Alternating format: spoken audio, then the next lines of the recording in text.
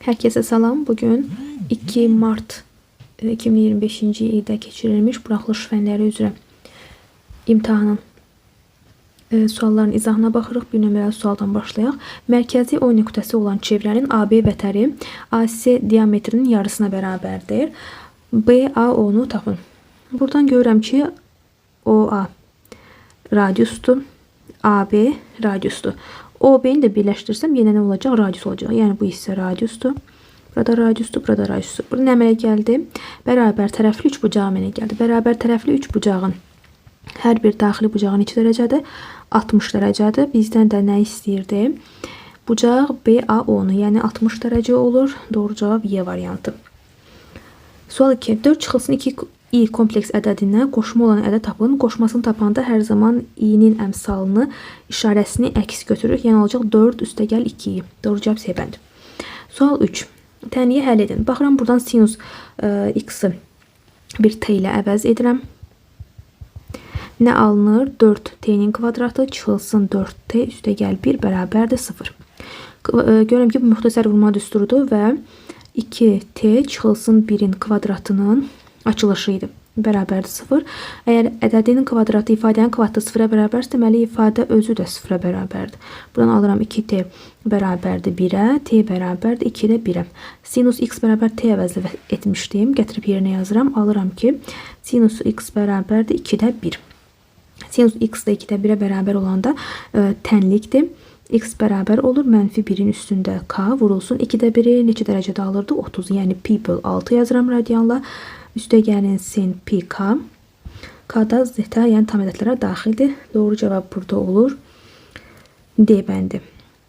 Sual 4. İfadəni sadələşdirin. Baxıram ki, bu ifadə bizə nəyi xatırladır? İlk öncə normal şəkildə bunu yazıram. 5 çıxılsın 6y kubu vurulsun 5 üstə gəlinsin 6y kubu.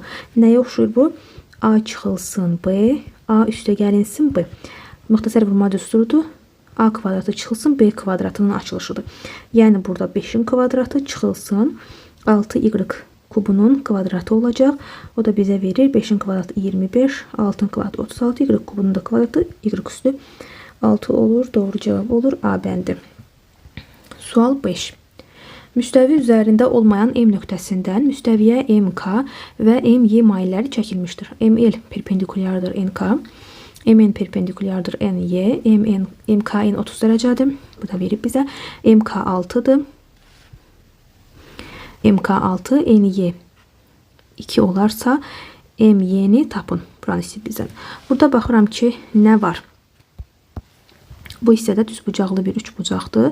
Düzbucaqlı üçbucaqda 30 dərəcəli bucaq qarşısındakı katet biz bilirik ki, hipotenuzun yarısına bərabərdir. 30 dərəcəli bucaq qarşısındakı katet bu hissədir.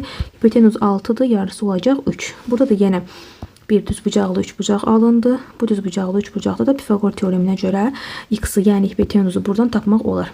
X bərabər olacaq kök altında 3-ün kvadratı üstə gəlsin 2-nin kvadratı. Bərabər kök altında 9 üstə gəl 4 olur kök altında 13. Doğru cavab Y bəndi. Sual 6. A-in bərabərdir 3n çıxılsın bir düsturu ilə verilmiş ardıcıllığın 5-ci həddini tapın. 5-ci həddini tapmaq demək A5 tapmaq deməkdir. A5 tapanda da n-in yerinə gətirib 5 yazıram. Olur 3 vurulsun 5 çıxılsın 1. 3-ü 5-ə vururam 15. 15-dən də 1 çıxanda 14. C bəndi. 7-ci sual. Kök altında 19,4 ədədi hansı iki ardıcıl tam ədəd arasında yerləşir? 19,4-dən kiçik hansı kök aldığımız ədəd var? 16 var. Və ondan hansı böyük ədədimiz var? 25 var. 16-dan kök çıxır 4. 25-dən kök çıxır 5. Deməli, kökdə 19,4 ədədi 4 və 5 arasında yerləşir. Doğru cavab B bəndi. 8 nömrəli sual. Diaqramda bir sinifin dərsdə iştirak edən və etməyən şagirdlərinin sayı haqqında məlumat verilmişdir.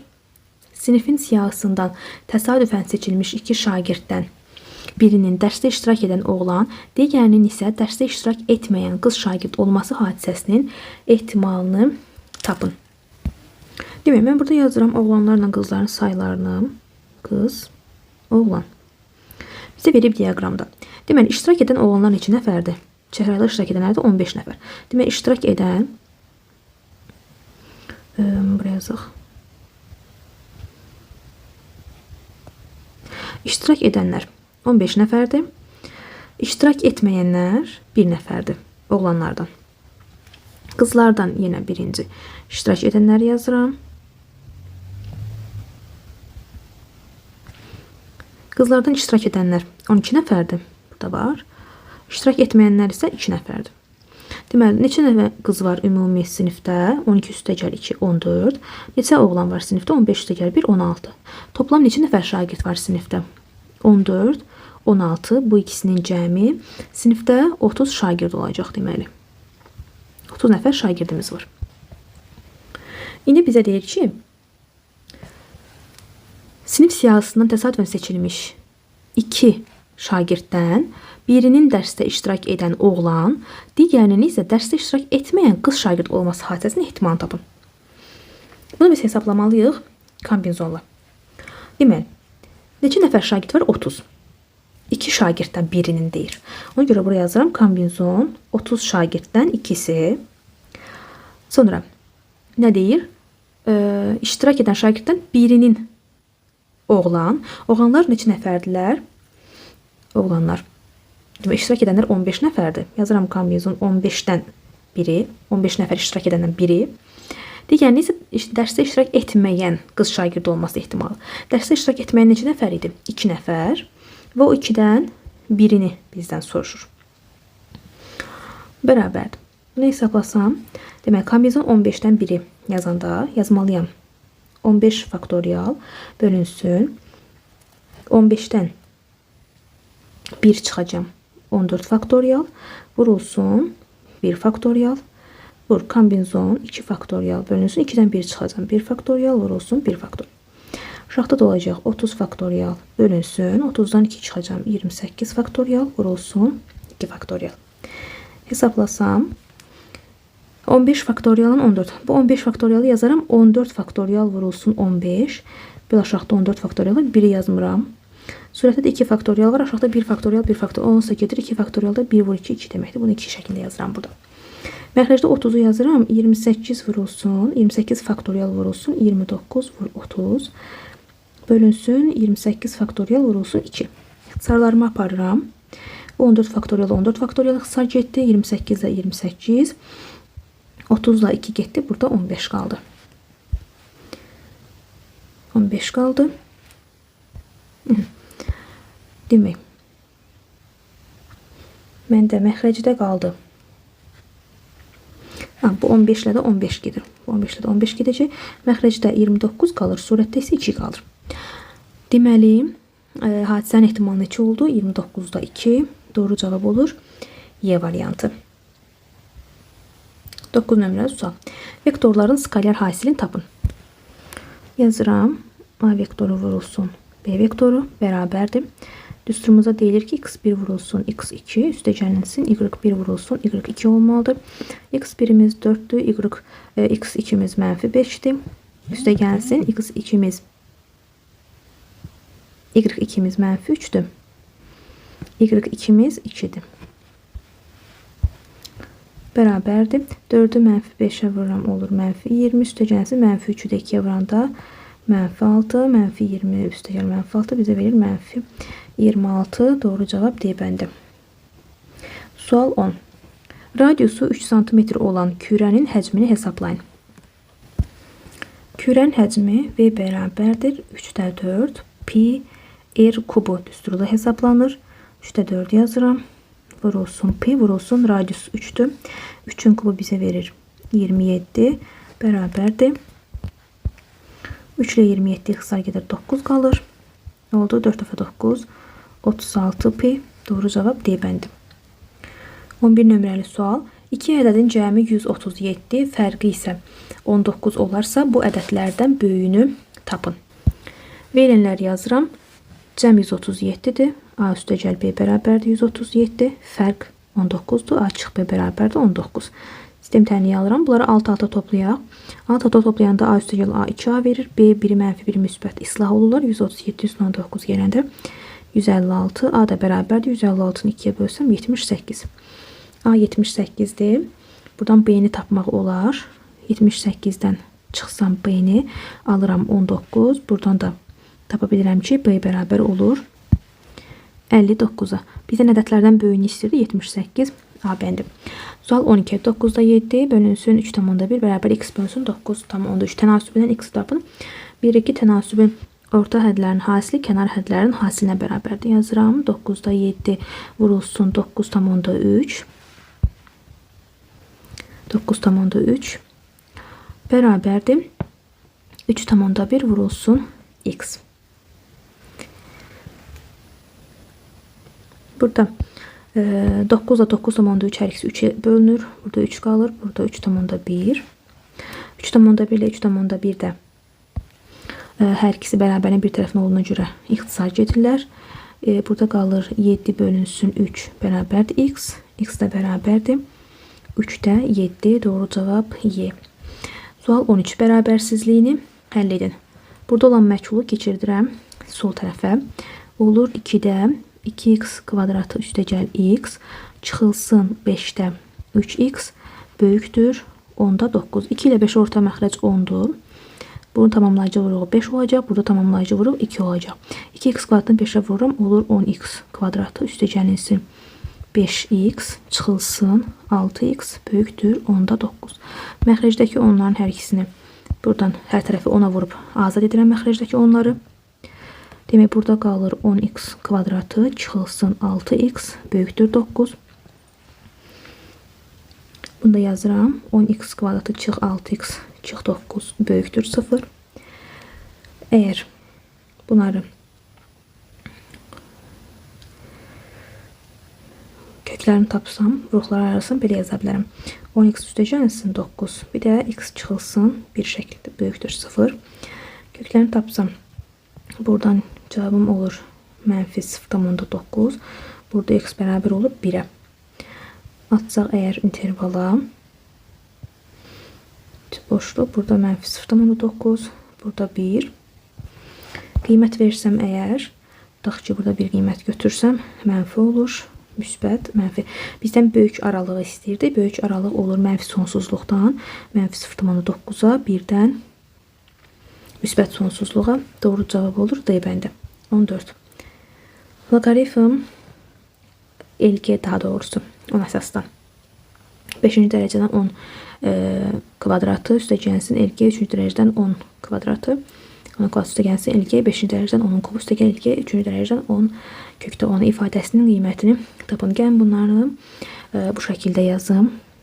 LG 10 üstündə 5'də 2 üstəgəlinsin. Bunu da yazıram. LG 10 üstündə 3'də 2 üstəgəlinsin. LG 10 üstündə 5'də 3 üstəgəlinsin. Bu da LG 10 üstündə 3'də 1. Bilirik ki bu LG demək 10 əsasdan deməkdir. Bu LG ilə bu 10'lar gedir. 10 əsas olduğuna görə yerdə qalır. Burada 5'də 2 üstəgəlinsin 3'də 2. Niyə olduğu kimi? Çünki bir iki ədədin üzərindəki qüvvət loqaritmanın qarşısına olduğu kimi gəlir. 5'də 3 üstəgəlinsin 3'də 1. Bərabər 5, 3, 5, 3. Orta məxrəc bunlara. 15 götürürəm.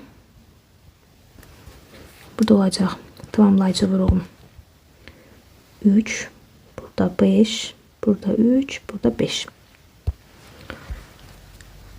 Demək 6 üstəgəlinsin 10 üstəgəl 9 üstəgəlinsin 5 bərabərdir 15'də 11 21 30 30'u 15'e böləndə 2. Sual 15. 600'də 49 kvadratı çıx 46 kvadratı çıxılsın 26 çıx 29'un kvadratı ifadəsinin qiymətini hesablayın. Bunu belə yazıram. 600 ilə işimiz yoxdur. Olduğu kimi saxlayıram. Surətdə isə 49 ilə 29'u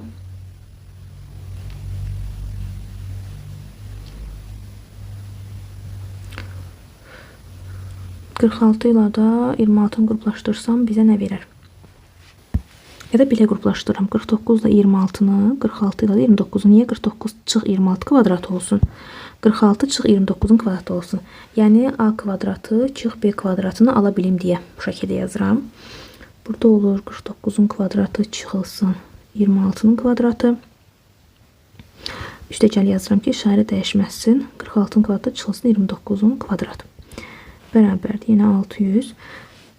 49-dan 26 çıxıram 23. Yəni bu şəkildə yazacağım da. 49 çıxılsın 26. 49 üstəgəl 26. Üstəgəl 46 çıx 29.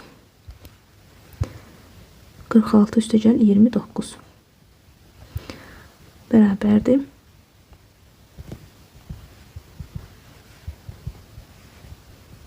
600'də 49'dan 26 çıxıram 23, üzərinə gələndə 75, 46'dan 29 çıxıram 17, 46 üstəgəl 29 yazıram 75. Surətdən 75'i ortaq vuruş kimi mötərizənin xaricinə çıxarıram. Bu 77 yazmışam, 75'dir. 75 qalır 23 üstəgəlinsin 17. Bu da bərabərdir. 75 vurulsun 40 bölünsün 600 bərabərdir.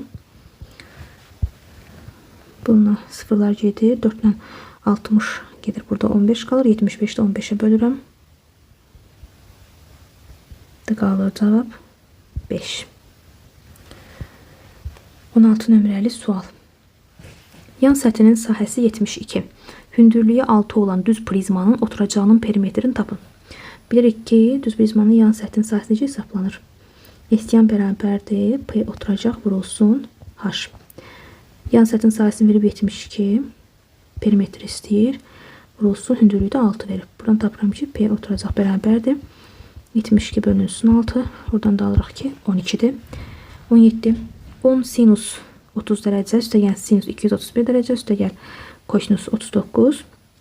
Çıxılsın tangent 45 dərəcə ifadəsinin qiymətini hesablayın. Sinus 30'un yerinə qiymətini yazıram. Olur 10 vurulsun sinus 30'da 2'də 1 alır. İstəgəlinsin sinus 231 dərəcəni sinus neçə yazaram? Çevirmə düsturlarından baxaq. Demək, sinus 231 dərəcədir. Bunu mən yazıram. Sinus 180 üstəgəlinsin 51. 180 üstəgəl 51 olur. Çevirmə düsturuna baxsam 180 dərəcə buradadır. Üstünə 51 gəlmək demək 3-cü rübə düşmək deməkdir.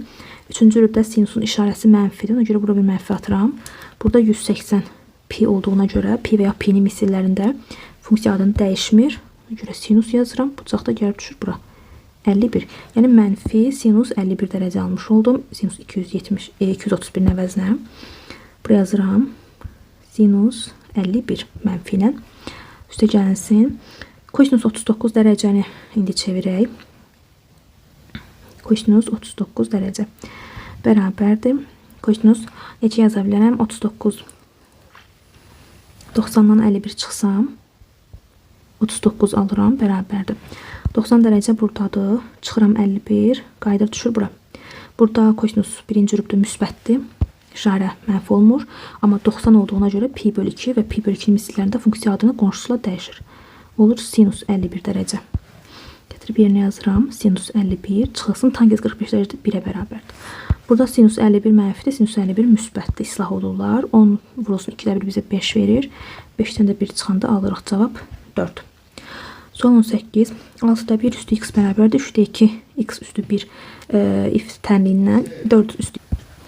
Bilirik ki, ədədin qüvvətində toplanıbsa qüvvətlər, bu zaman onların əsasları eyni olub ki, qüvvətlər toplanıb. Buradan yazıram. 6'da 1 üstü x bərabərdir. 3'də 2 üstü x vurulsun 3'də 2 üstü 1. Hər tərəfi buradan 3'də 2 üstü x'ə bölürəm. Demək, burada 6'da 1 üstü x'ı bölürəm. Demək, 3'də 2 üstü x'a bərabərdir. Burada da böləndə 3'də 2 üstü x'lar gedir, qalır sadəcə 3'də 2 üstü 1. Biri də yazmıram, belə saxlayaq. Burada böləndə tərsinə vurulacaq.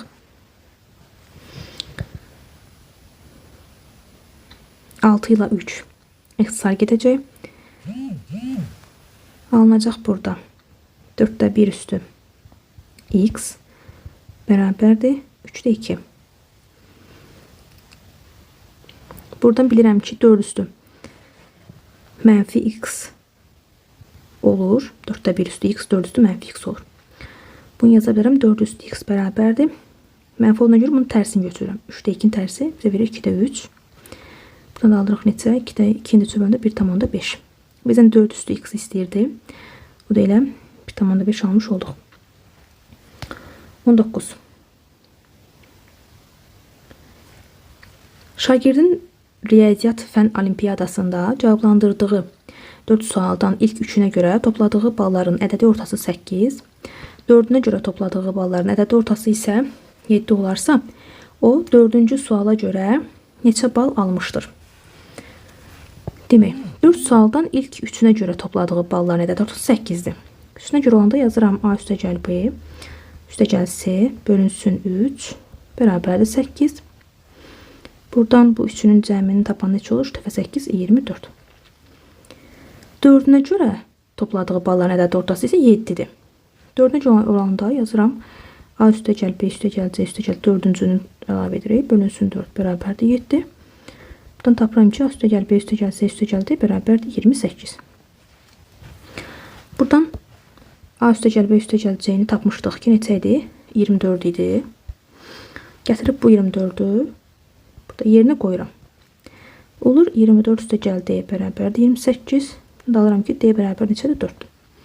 Bizə 4-cü suala görə neçə bal almışdır? 4 bal almışdır olur. 4. 20.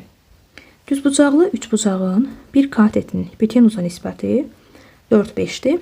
Perimetri 48 cm olarsa hipotenuzun uzunluğunu tapın. Düzbucaqlı üçbucaqda biz bilirik ki deyir axı katetin hipotenuza nisbəti. Buraya yazıram 4x, buraya yazıram 5x. 4x 5x ise buradan Pifagor teoreminə görə digər kateti tapa bilərəm. Digər katetimiz necə olacaq? Deməli 5x bərabərdir. Daha doğrusu 5x niyə bərabərdir? Yəni buradan bu sual qoyaq da. Sual bərabərdir kök altında 5x-in kvadratı. 5x-in kvadratı neçə? 25x kvadratı. Çıxılsın 4x-in kvadratı. Bu da olur 16x kvadratı. Pifagor ədədlərindən tapmaq olar. Belə də tapmaq olar. 25'in 16 çıxanda qalır 9x kvadratı. 9'dan kök çıxır 3. X kvadratdan çıxır 3. Deməli bu neçəymiş? 3x imiş. İndi bizə perimetr 48 verib. Perimetr nədir? Tərəflərin uzunluqları cəmi. Tərəflərin uzunluqlarını cəmləyirik. Bərabər 48'ə. Alıram ki 12x bərabərdir 48. X da bərabərdir 4. Hipotenuzu istəyir bizdən. Hipotenuz 5x idi. Bu da 5 vur 4. 20 olmuş olur cavab. 21 nömrəli tapşırıq. Kvadrat formasındakı iki bağça ətrafına perimetrləri boyunca çəkilmiş borular vasitəsilə sulanır. Bağçalarla su anbarı arasındakı boruların hər birinin uzunluğu 4 metr. Birinci bağçanın tərəfinin uzunluğu ikinci bağçanın tərəfindən 2 metr çox. Birinci bağçanın sahəsi ikincinin sahəsinin 2 mislindən 8 kvadrat metr azdır. Sulama üçün ən az nə qədər borudan istifadə olunur? Bu bağçanın sahəsinə yazıram tutaq ki S1. Bunu da sahəsinə yazaq S2. Düzdürmü? Və bizə deyir ki, birinci bağçanın sahəsi ikincinin sahəsinin 2 mislindən 8 kvadrat metr azdır. Buraya x deyirəm tərəfinə. Və bizə demişdi ki, birinci bağçanın tərəfinin uzunluğu ikinci bağçanın tərəfindən 2 metr çoxdur. Bu tərəfinə x deyirəm. Kvadratda da x olur hər tərəfi. Buraya isə olur x üstəgəl 2. Tərəf. Sahəsi nə olacaq? X üstəgəl 2'nin kvadratı olacaq. Burada sahə olacaq x-in kvadratı. İndi digər cümlədə nə demişdi? Birinci bağçanın sahəsi yəni x üstəgəl 2'nin kvadratı. İkincinin sahəsinin 2 mislindən 2 misli demək 2x kvadrat deməkdir. 8 kvadrat metr azdır. Az dersə bura belə çıx yazıram. Hesablasaq əgər bunu açıram. Bu səbəb olmaz durdu. X-in kvadratı üstəgəl Birinci ile ikincinin hasilini 2 misli. Üstə gəl ikincinin kvadratı bərabərdir 2x kvadrat çıx 8. Hamısını bir tərəfə keçirirəm. Olur x kvadratı çıx 4x çıxılsın 12 bərabərdir 0. Buradan köklərin hasili mənfi 12-dir. Köklərin cəmi 4-dür. Deməli köklərimizin biri müsbət 6, biri mənfi 2-dir. Tərəf, uzunluq mənfi ola bilməz deyə buradan sadəcə bir dənə qiyməti götürürəm. 6. Digər kənar kökdür. İndi 6-nı tapdıq. Demək, bu kvadratın tərəfi olur 6 üstəgəl 2, 8. Bu kvadratın tərəfi isə olur 6. İndi ən az deyirək perimetrlər boyunca borular çəkilib. Perimetrini tapıram. Birincinin perimetri olur. Buradan 4 vur 8, 32. İkincinin perimetri olur. 4 vur 6, 24. Bir də burada bu hissələr var. 2 dənə 4 metrlər var. Ümumi perimetrdə deməli olur 32 üstəgəl 24 üstəgəl 4 üstəgəl 4. 32 üstəgəl 24 gələndə 56 60 64 olur. Doğru cavab. 22. Bir məktəbin bütün müəllim kollektivinin 4/1-i Şuşaya, 5/4-ü Xankəndiyə, ikisi isə hər iki şəhərə səfər etdi. Bu kollektivdə neçə müəllim var? Əgər 4/1-i 5/1-i 2 dənə kəsr verilibsə, biz bu kəsrlərin məxrəclərini deməli götürürük. 4-lə 5-i 4-ü 5-ə vuram 20, 20x şəklində götürürəm müəllimlərin sayına. 20x kimi. Və yaxud da Eylerven diaqramla yazsaq, da ki, bura Şuşaya gedən müəllimlərdir. Bu Xankəndiyə gedən müəllimlərdir. İkisi hər iki şəhərə gedib. Buraya 2 yazıram. Deyirik ki, bütün müəllim kollektivinin 4/1-i Şuşaya gedir. Bütün müəllim kollektivi neçə nəfərdir? X nəfər. Ümumi x nəfər müəllim var. Bu x nəfər müəllimin 4/1-i gedib Şuşaya. Yəni 4/1x. Amma 2 nəfər hər iki yerə gedib deyə bura təkcə Şuşaya, yəni təkcə bu hissəyə. Təkcə Şuşaya yazıram. 4/1 x çıxılsın 2. Xankəndiyə gedənlər isə 5/4-dür. Burada yazıram. 5/4 x çıxılsın 2. İndi bunların cəmi ümumi nəyə bərabər olmalıdır? X-a. Çünki x nəfər müəllim var idi.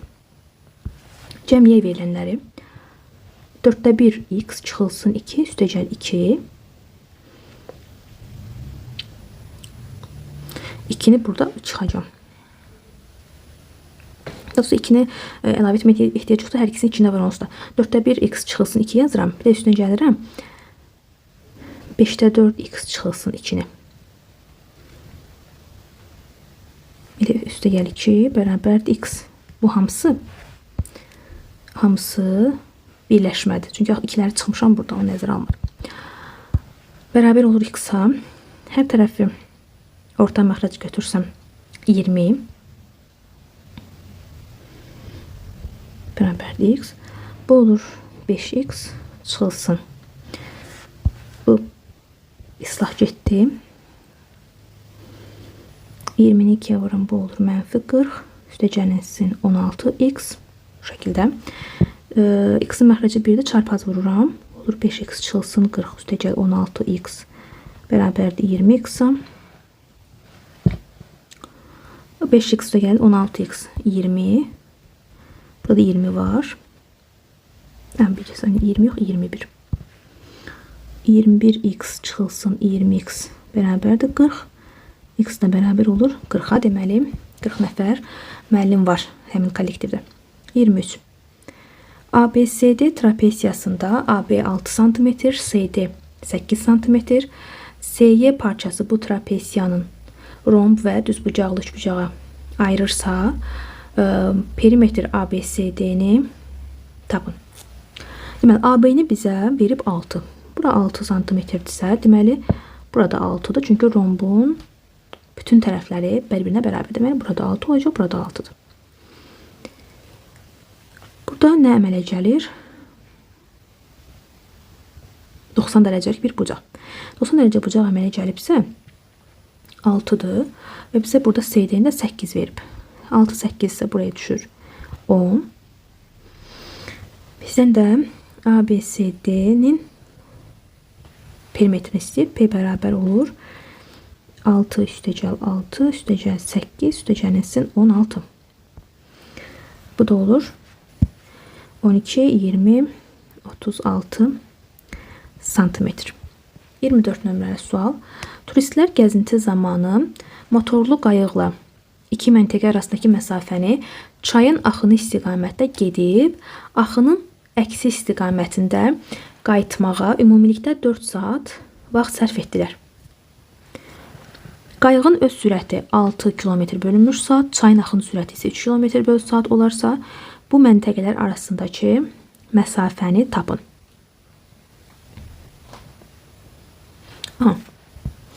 Bilirik ki, əgər motorlu qayıqdır, katerdir, axın ilə gedirsə, axın ilə bu zaman qayığın motorlu qayıqdır, qayığın sürəti ilə çayın sürəti toplanır.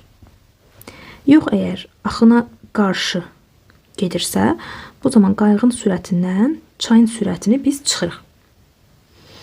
Zaman isə hər zaman gedilən yolun sürəti olan nisbətidir. Yəni S bərabərdir V vurulsun T'dir. Buradan T'ni necə tapırıq? S-i bölürük V-yə. İndi bizə deyir ki, axın demək qayığın sürəti 6-dır, çayın sürəti isə 3-dür və gedib istiqamətdə qayıtmağa. Ümumilikdə 6 saat sərf edib. Gedib və qayıdıb yəni. Deməli, axın ilə oldu gedib 6 üstəgəl 3, 9 km/saat sürətlə. Axına qarşısı 6 çıx 3 km/saat sürətlə gedib. İndi ümumilikdə 4 saat vaxt sərf edib də, deməli T1 gedib, T2 qayıdıb, 4 saat vaxt sərf edib. Deməli, buradan əgər mən T'lər tapan necə tapıram? S-i bölürəm V-yə. Deməli, birinci T1-im olur, S bölünsün, V nə qədər 9, S-i bilmirəm çünki. İkinci T2 olur, S bölünsün 3. Sürətimiz 3'dür. Toplayıram bunları. Olur, S böl 9, üstəgəlinsin S bölünsün 3, bərabərdir 4'ə. 4 saatdır. Bu da vermişdik.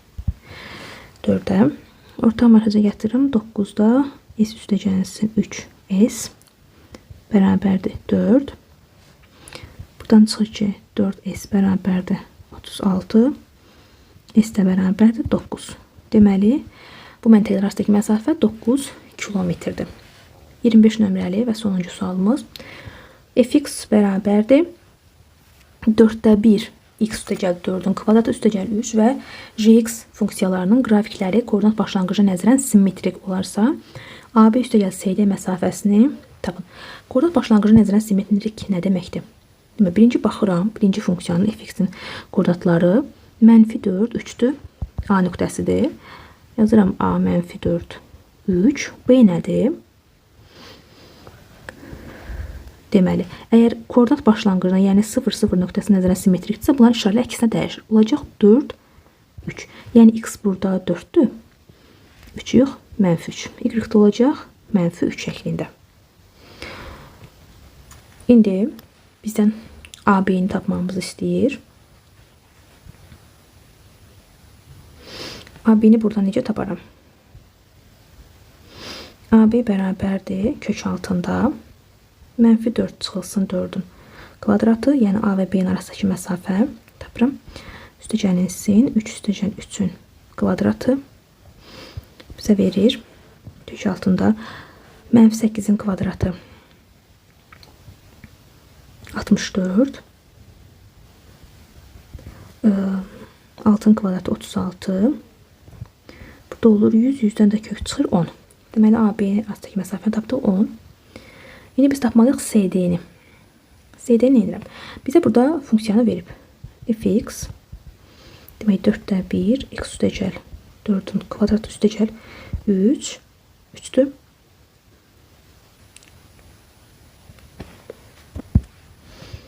Fx burada olur 4'də 1 x üstəgəlsin 2 x üstəgəl 7.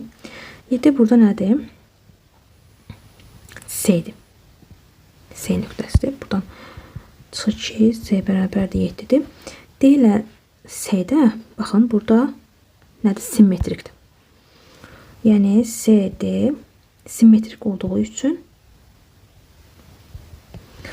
buradan çıxır ki, D bərabər olur -7-yə.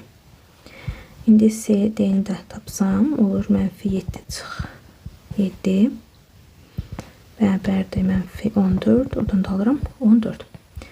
Bizdən AB üstəgəlsin CD-ni istəyirdi. AB-ni tapmışdıq 10. CD də 14. Cəmi 24 olur. Doğru cavabımız. Sualların izahı bu qədər. Əgər nəsə mexaniki səhv görsəniz, bunu şərh bölməsində qeyd etməyi unutmayın.